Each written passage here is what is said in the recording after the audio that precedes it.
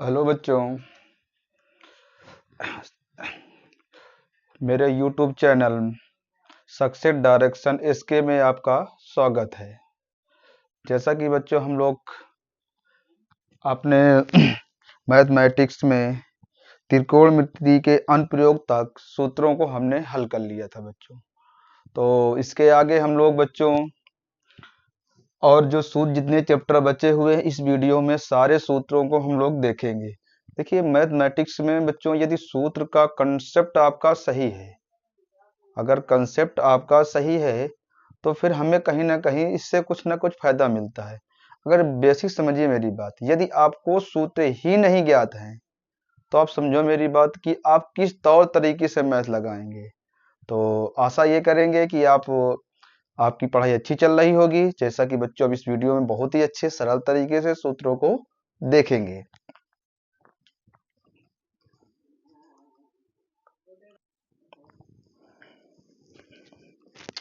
देखो बच्चों, इस चैप्टर का नाम है वृत्त। क्या नाम है? वृत्त। वृत्त के हम लोग सूत्र देख रहे हैं। तो पहली स्टेप पे क्या बन रहा है, यदि हम एक वृत्त खींच दें और इस ये केंद्र हमारा हो गया, और क्या करें, यहाँ पर हम लोग ये तीर बना लिए। तीर बना लिए तो ये हमारी कौन सी कहलाएगी? ये छेदक रेखा कहलाएगी। कौन सी? छेदक रेखा। ठीक है। स्पर्श रेखा क्या होती है? स्पर्श रेखा। स्पर्श रेखा क्या होती है? ये हो गई हमारे पास, और ये स्पर्श करती हुई हमारे पास रेखा गई। जो भी केंद्र पर लंब गिराएगी आके तो यहाँ पर 90 अंश का कोण बनेगा। कितने? 90 अंश का कोण बनेगा। इसे कहते हैं यहाँ पर स्पर्श बिंदु। क्या कहते हैं बच्चों? स्पर्श बिंदु कहते हैं। ठीक बच्चों, आगे अब हम लोग एक ये बनाया गोला, और इसके पास ये कोण बना दिया, और इसके पास ये कर दिया बिंदु। तो इसे क्या कहते हैं? अप्रतिच्छेद रेखाएं। क्या कहते हैं? अप्रतिच्छेद रेखाएं। क्या कहते हैं? अप्रतिच्छेद रेखाएं कहते हैं बच्चों। ठीक है। एक वृत्त पर अनंत रेखाएं अगल बगल से स्पर्श कर सकती हैं। एक वृत्त पर, जैसे हम लोगों ने वृत्त बना दिया, तो इस पर अनंत रेखाएं स्पर्श कर सकती हैं। कितनी रेखाएं स्पर्श कर सकती हैं? अनंत रेखाएं स्पर्श कर सकती हैं। कोई बाउंडेशन नहीं है कि कितनी रेखाएं स्पर्श ना करें। तो क्या करेंगे यहाँ से? तो यहाँ से अनंत रेखाएं। क्या लिखेंगे? अनंत रेखाएं। ठीक है, और चलते हैं। इतना नोट कर लीजिए बच्चों, आगे बढ़ते हैं हम लोग।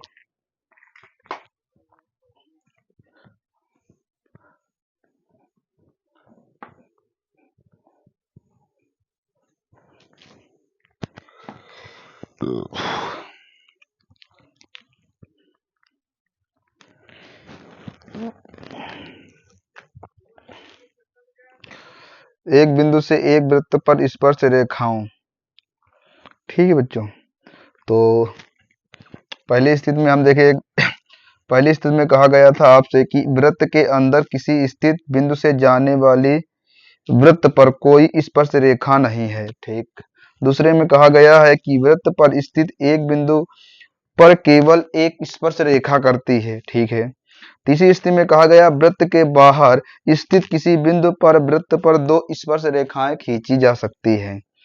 पहली स्टेप पर यहाँ प्रमेय क्या कह गई है? पहली आपकी प्रमेय क्या कहती है? प्रमेय लगा लीजिएगा। प्रमेय कहती है 10.1 की प्रमेय कहती है कि वृत्त के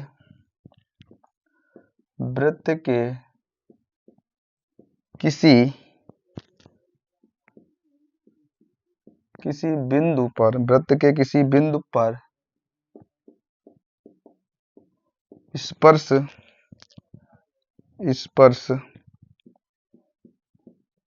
रेखाएं, स्पर्श रेखाएं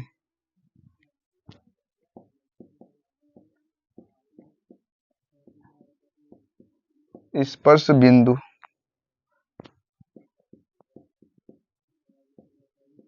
से जाने वाली त्रिज्या पर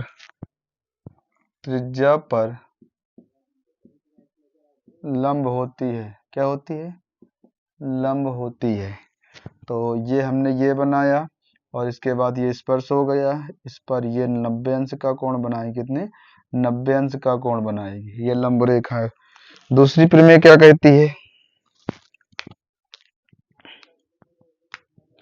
दूसरी प्रमेय क्या कहती है बच्चों? तो दूसरी प्रमेय को अगर हम देखें तो दूसरी प्रमेय कहती है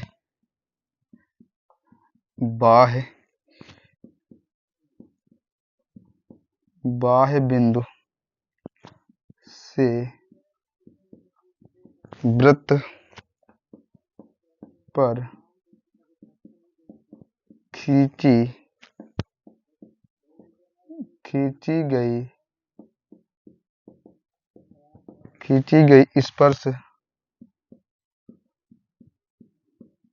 स्पर्श रेखाओं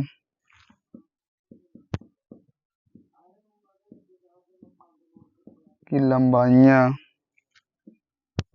बराबर होती हैं। क्या होती हैं? बराबर होती हैं बच्चों। ये कैसा बिंदु है बच्चों? तो इसका हम लोग चित्र बनाएंगे। तो एक हमने लोगों ने ये वृत्त बनाया, इस पर एक ये रेखा खींची जाके ये यहाँ से स्पर्श कर रही है बच्चों। अब ऐसी ही रेखा हम इस पर खींचेंगे जो स्पर्श करती हुई है। ठीक है। अब हमारे पास ये रेखा है, इस रेखा के ये बराबर, इसको नाम दे दे ए बी और सी। यहाँ पर केंद्र होगा। ठीक बच्चों। और इसी पर हम लोग कुछ चीजें और देखेंगे। ठीक है। अब हम लोगों को वृत्त देख लीजिए। वृत्त के बारे में कुछ और थोड़ा हम जानकारी ले लेते हैं बच्चों, जो और थोड़ा बेसिक जानकारी होगी। ठीक है। तो ये हो गई सारी चीजें। अब वृत्त की बात करें तो वृत्त में ये हमारा एक वृत्त बन गया। क्या बन गया? वृत्त बन गया। ठीक है बच्चों। ये हमारा क्या बन गया बच्चों? वृत्त बन गया। जैसे ही हमारा वृत्त बना तो जिसको हम लोगों ने ड्रॉ किया है इसको क्या किया है? इसको जो हमारा ये एरिया है,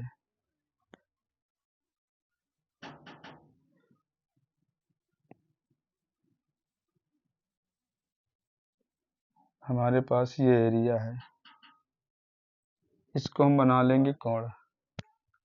इसको बना लेंगे हम कोण।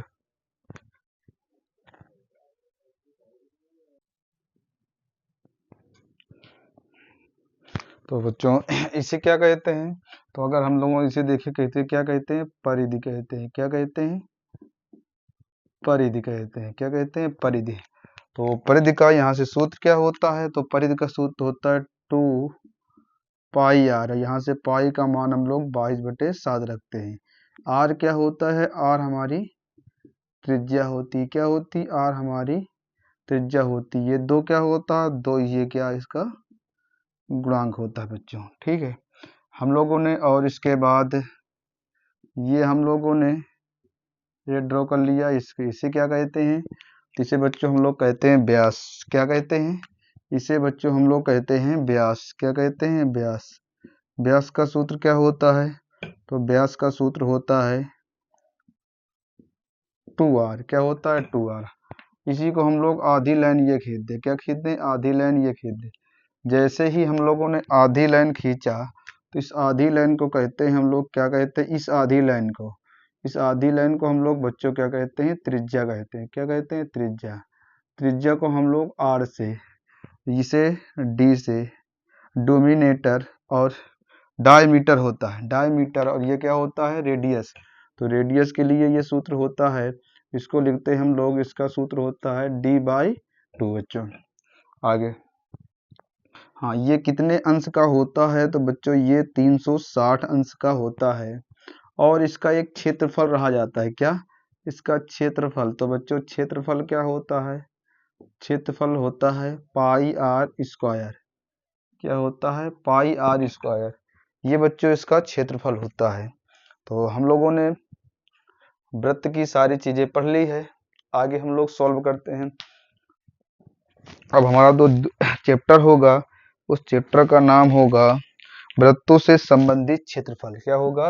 वृत्तों से संबंधित क्षेत्रफल। वृत्तों से संबंधित क्षेत्रफल। ठीक है बच्चों, तो वृत्तों से संबंधित क्षेत्रफल, वृत्तों से संबंधित क्षेत्रफल। यहाँ वृत्त काट देंगे, यहाँ से पड़ जाएगा वृत्तों से संबंधित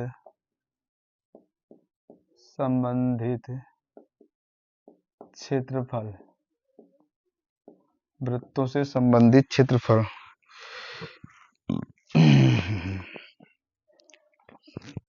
तो यहाँ से हम फिर लिखा दे रहे हैं कि आपका वृत्त का क्षेत्रफल पूछे, कोई वृत्त का क्षेत्रफल पूछे तो क्या होता है? पाई आर स्क्वायर।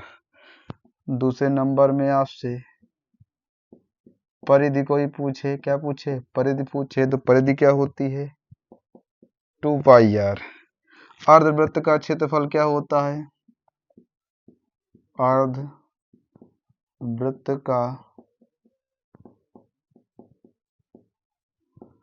का क्षेत्रफल क्या होता है? तो पाई आर स्क्वायर बाई 2 ये होता है। त्रिज्यखंड का क्षेत्रफल क्या होता है? नंबर 4।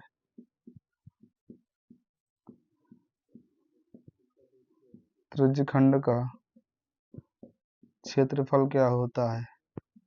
त्रिज्यखंड का क्षेत्रफल होता है थीटा बटे 360 गुणे पाई आर स्क्वायर। ठीक बच्चों, थोड़ा हम चीजें और समझ लेते हैं। जैसे हम लोगों ने ये चित्र बनाया, बनाने के बाद हमने इसको केंद्र बना के इसको ये काट दिया, इसको ये काट दिया। जो हमारा ये होगा ये हमारा लघु त्रिज्यखंड कहलाएगा। क्या कहलाएगा? लघु त्रिज्यखंड। और ये क्या कहलाएगा? ये कहलाएगा आपका दीर्घ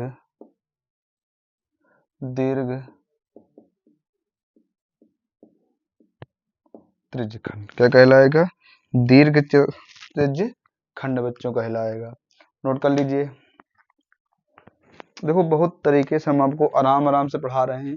वृत्त का क्षेत्रफल होता है पाई आर स्क्वायर, परिधि होती है 2 पाई आर, अर्धवृत्त का क्षेत्रफल होता है पाई आर स्क्वायर बाई 2, और इसके बाद त्रिज्यखंड का क्षेत्रफल होता है थीटा बटे 360। क्या होता है? थीटा बटे 360। ये क्या होता है? ये आपका थीटा होता है।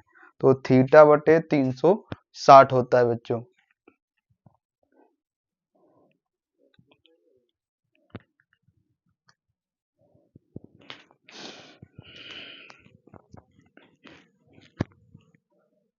चलिए इसको साफ कर देते हैं।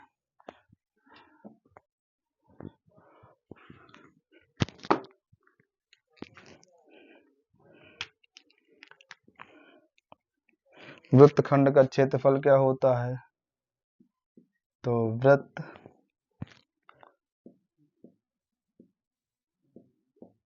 खंड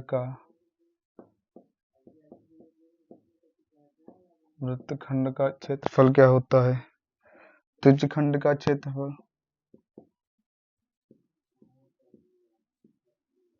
त्रिज्यखंड का क्षेत्रफल माइनस त्रिभुज का क्षेत्रफल। त्रिभुज का क्षेत्रफल। दीर्घवृत्त का, तो यहाँ से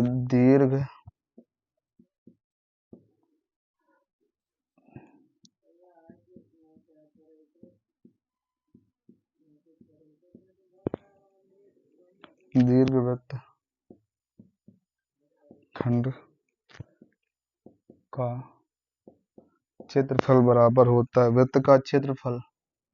क्या होता है? वृत्त का क्षेत्रफल माइनस लघु वृत्त खंड का क्षेत्रफल।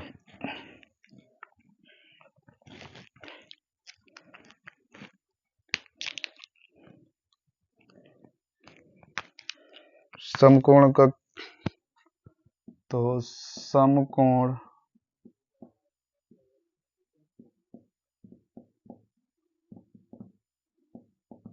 त्रिभुज का क्षेत्रफल क्या होता है? 1/2 आधार गुणे ऊंचाई समबाहु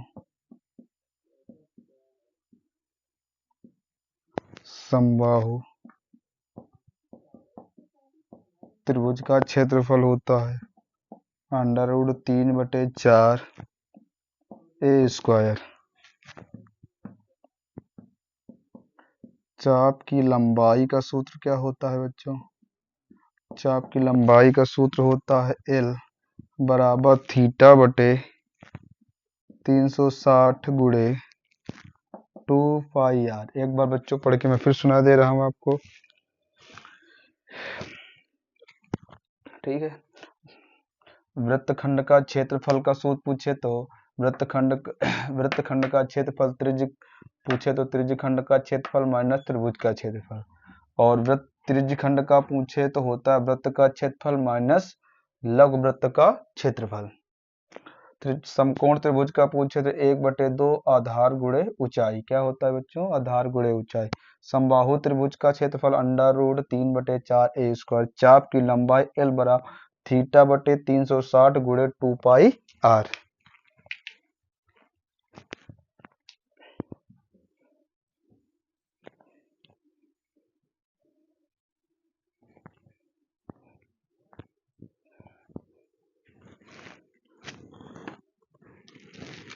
अब बच्चों हम लोग पढ़ेंगे 12वां चैप्टर।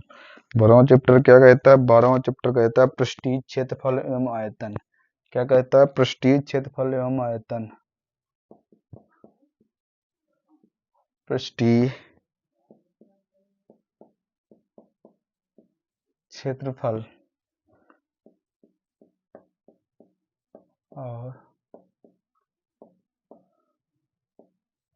और आयतन। पृष्ठीय क्षेत्रफल एवं आयतन। पहले नंबर 1 में पढ़ते हैं हम लोग घन। क्या पढ़ते हैं? घन। घन के अंतर्गत क्या है? घन का वक्र पृष्ठ क्या होता है? वक्र पृष्ठ होता है 4a²। संपूर्ण पृष्ठ क्या होता है? संपूर्ण पृष्ठ होता है 6a²। आयतन क्या होता है? आयतन होता है a³। ये बच्चों इसका घन का हो गया। शंकु की बात करते हैं। किसकी बच्चों?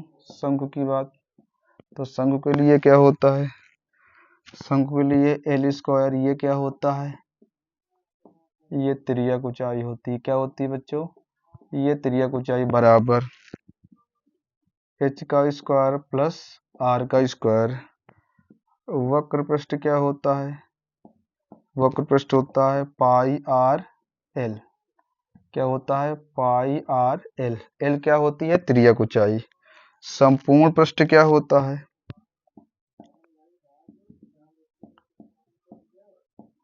संपूर्ण पृष्ठ क्या होता है? संपूर्ण पृष्ठ होता है πr कोष्टक में l प्लस r। आयतन क्या होता है? 1/3 πr²h।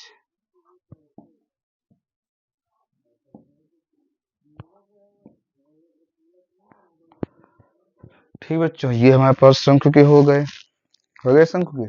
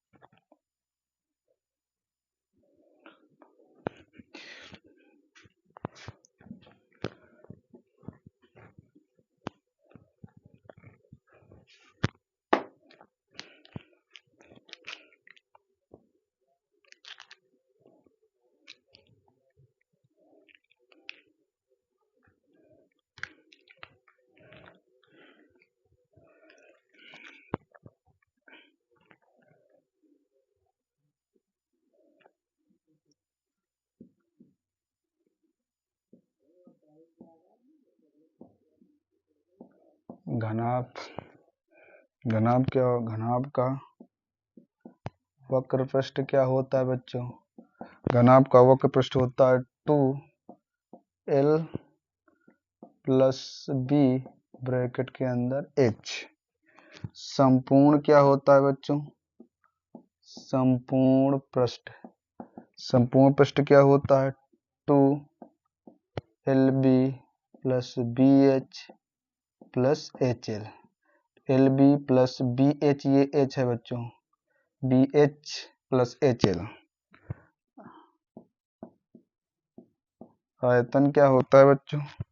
आयतन होता है L गुणे B गुणे H। ये हमारे पास घनाभ का हो गया बच्चों। किसका हो गया? घनाभ का। अब हम लोग पढ़ लेते हैं बेलन का। क्या पढ़ लेते हैं? बेलन का। बेलन का सूत्र, बेलन के वक्र बात करें तो बेलन का वक्र पृष्ठ क्या होता है? बेलन का वक्र पृष्ठ 2 पाई आर एच। संपूर्ण क्या होता है? संपूर्ण पृष्ठ क्या होता है बच्चों? संपूर्ण पृष्ठ 2 पाई आर ब्रैकेट में h प्लस आर ये होता है। इसका आयतन क्या होता है? तो आयतन इसका बच्चों होता है, इसका आयतन होता है पाई आर स्क्वायर h। अब इसके बाद हम लोग तीसरा हो गया, चौथा हो गया। अब पांचवें की बात करते हैं तो पांचवें में क्या है? पांचवा हमारे पास गोला है बच्चों। क्या है? पांचवें हमारे पास गोला है। गोला में क्या होता है? गोला का पृष्ठीय क्या होता है? पृष्ठीय क्षेत्रफल क्या होता है? 4 पाई आर स्क्वायर। आयतन क्या होता है? 4/3 पाई आर क्यूब। आते हैं हम लोग 6 नंबर में। 6 नंबर में आपसे क्या पूछा गया? अर्धगोला। क्या पूछा गया बच्चों? अर्धगोला। अर्धगोला क्या है? अर्धगोला में होता है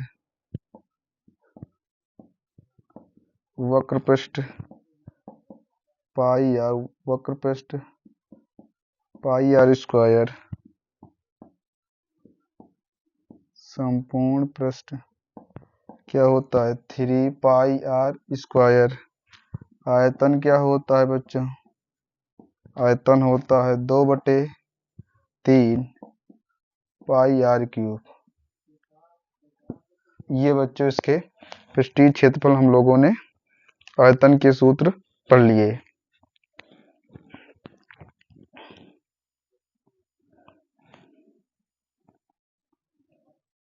ठीक बच्चों।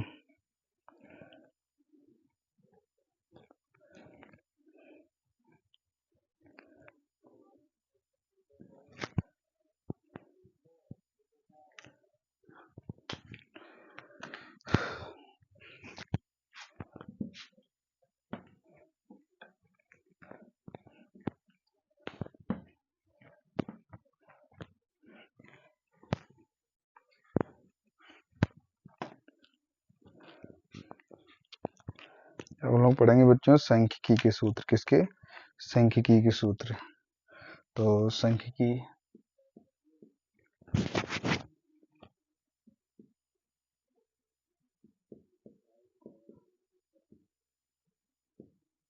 सांख्यिकी क्या पढ़ेंगे बच्चों?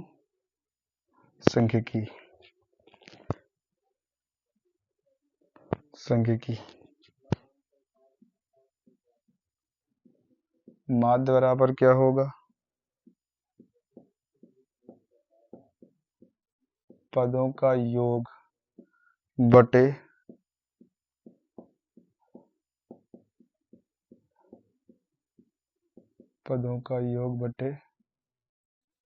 पदों की संख्या।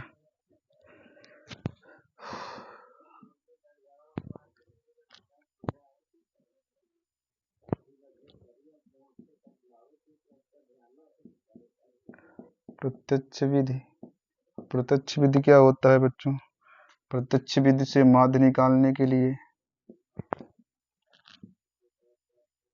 सिग्मा fx बटे n। और जहां n क्या है? जहां n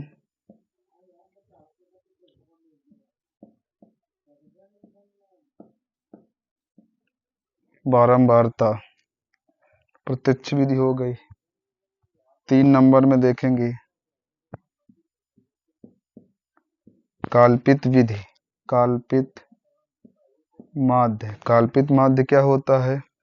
इसके लिए माध्य, काल्पित माध्य, काल्पित विधि, इसी को हम लोग काल्पित विधि से माध्य निकालना हो तो होता है a plus sigma F x बटे n। n जहाँ होगी क्या होगी? बारंबारता। चौथे वाले में पद विचलन विधि। कौन सी? पद विचलन विधि। क्या होता है? यहाँ से a प्लस सिग्मा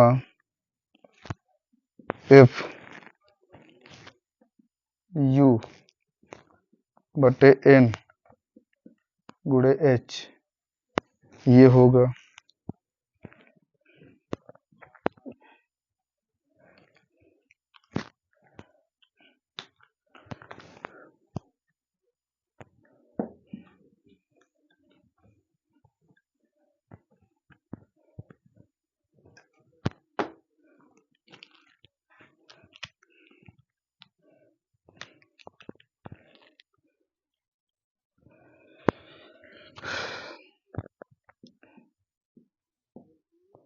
माध्यक बराबर क्या होता है?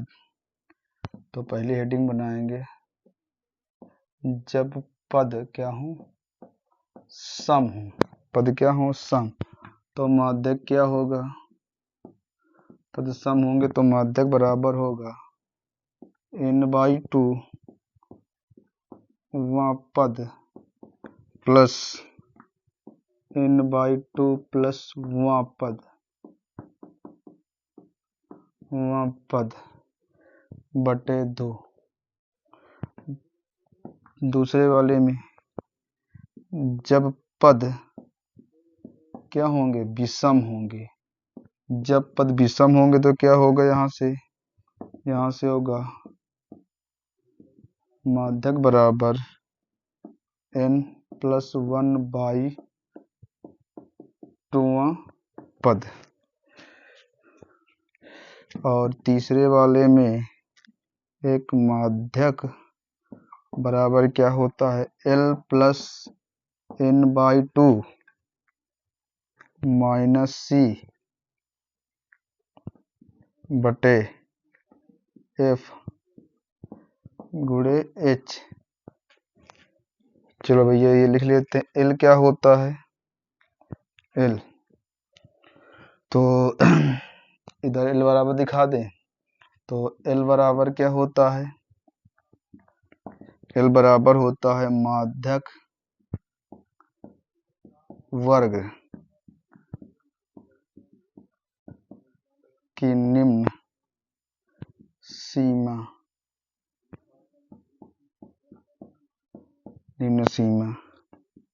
n बराबर क्या होता है? बारंबारता का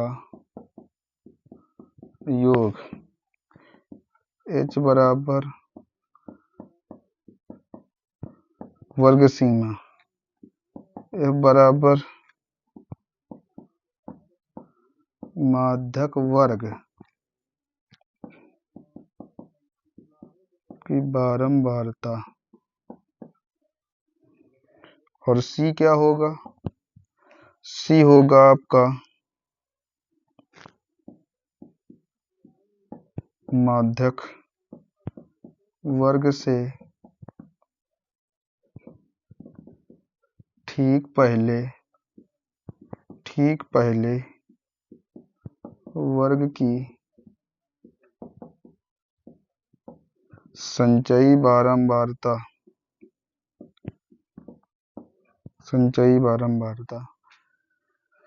ये बच्चों इसके फार्मूले हो गए।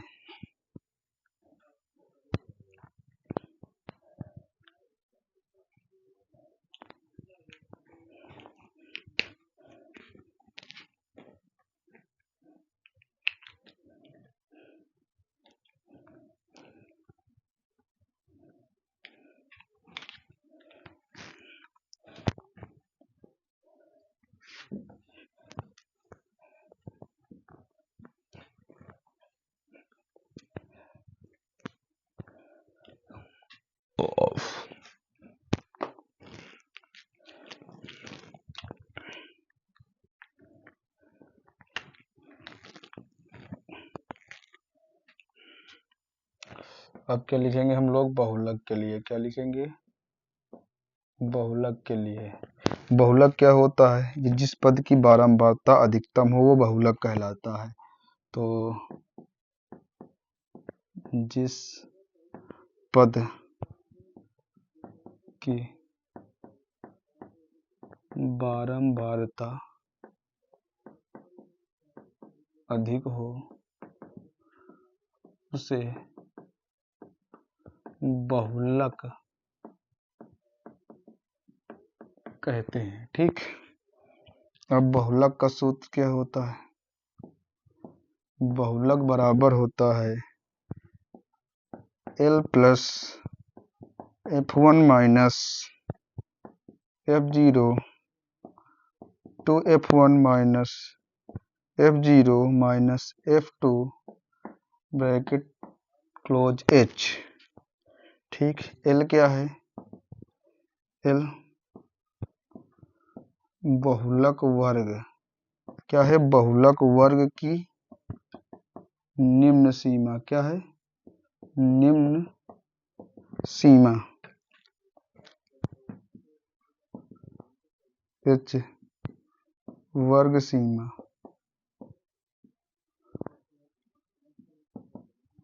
F1 बहुलक वर्ग की बारंबारता आगे F0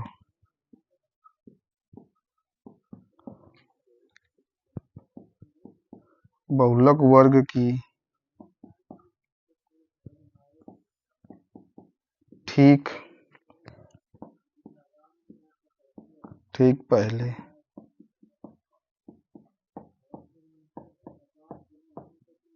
बारंबारता F2 क्या है?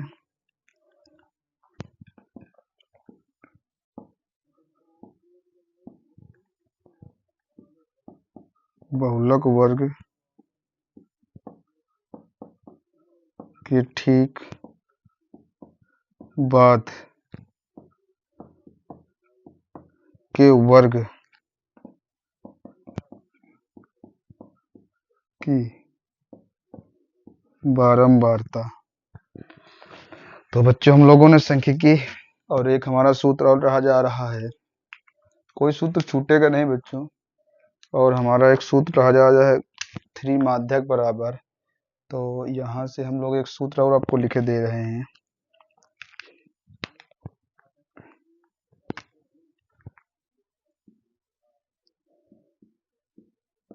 3 माध्यक बराबर 2 माध्य प्लस बहुलक। ये बच्चों इसके फार्मूला हम लोगों ने सांख्यिकी के भी फार्मूले पूरे पढ़ लिए। किसके पढ़ लिए हम लोगों ने? सांख्यिकी के हम लोगों ने फार्मूले पढ़ लिए। अब हमारी बात आती प्रयोक्ता। कौन सी आती है? प्रयोक्ता। प्रयोक्ता के लिए हम लोग क्या करेंगे? सेम वो स्टेप फिट करेंगे हम लोगों ने।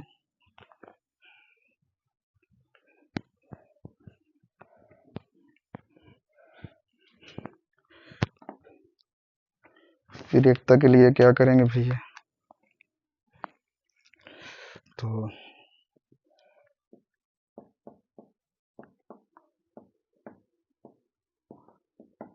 प्रयोक्ता, तो यहाँ से प्रयोक्ता का सूत्र क्या होता है बच्चों?